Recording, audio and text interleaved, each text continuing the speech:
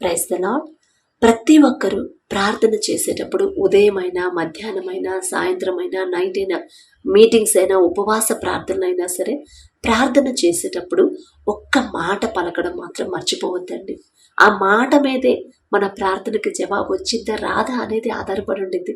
ఆ మాట కంపల్సరీ మీరు అలవాటు చేసుకోండి.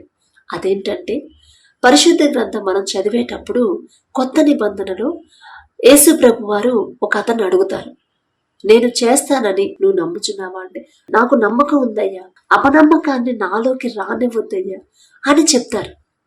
ఆ వాక్యం మీరు చదవండి. ప్రతి మాట కూడా ఎంతో విలువైనదండి. పరిశుద్ధ గ్రంథంలో తండ్రి రాపించి పెట్టిన ప్రతి మాట కూడా ఎంతో విలువైనది. అది మనస్ఫూర్తిగా చదివితేనే ఆ మాట విలువ అనేది మనకు తెలిసింది. అవన్నీ తండ్రి ఎందుకు రాపించి పెట్టాడు అంటే మనం కూడా అలా మాట్లాడాలని, మనం కూడా అలా మనల్ని మనం సరిచేసుకోవాలని, మనలో కూడా అలాంటి నమ్మకం రావాలని. మనలో అపనమ్మకం ఉండింది, అవిశ్వాసం ఉండింది. అల్ప విశ్వాసి అని పేతురు గారి గురించి తండ్రి మాట్లాడతాడు. అంటే మనం ప్రార్థన చేస్తాము కానీ అల్ప విశ్వాసంతో ఉంటాము ఖచ్చితంగా అని తండ్రికి తెలుసు. కాబట్టి ప్రతి మాట మనల్ని సరిచేసే మాటే. జాగ్రత్తగా ఆలోచించండి.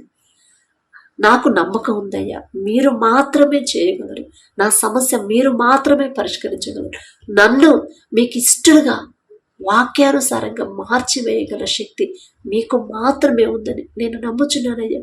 కానీ నాలో అపనమ్మకాన్ని మాత్రం రానివ్వద్దయ్యా.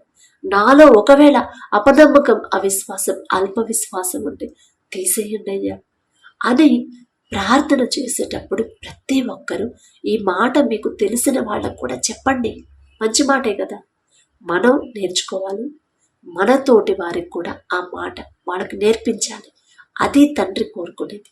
కాబట్టి ఈ మాట మాత్రం తప్పకుండా ప్రార్థనలో చెప్పడం అలవాటు చేసుకోండి. చిన్న ప్రార్థన అయినా సరే, నేను నమ్ముచున్నానయ్యా, నాలో అపనమ్మకం మాత్రం రానివ్వద్దయ్యా, అపనమ్మకాన్ని నాలో నుంచి తీసివేయండి అయ్యా అని ప్రార్థన చేస్తే మనకు తెలియకుండానే విశ్వాసం పెరిగింది, మనకు తెలియకుండానే దేవుడి మీద నమ్మకం పెరిగింది.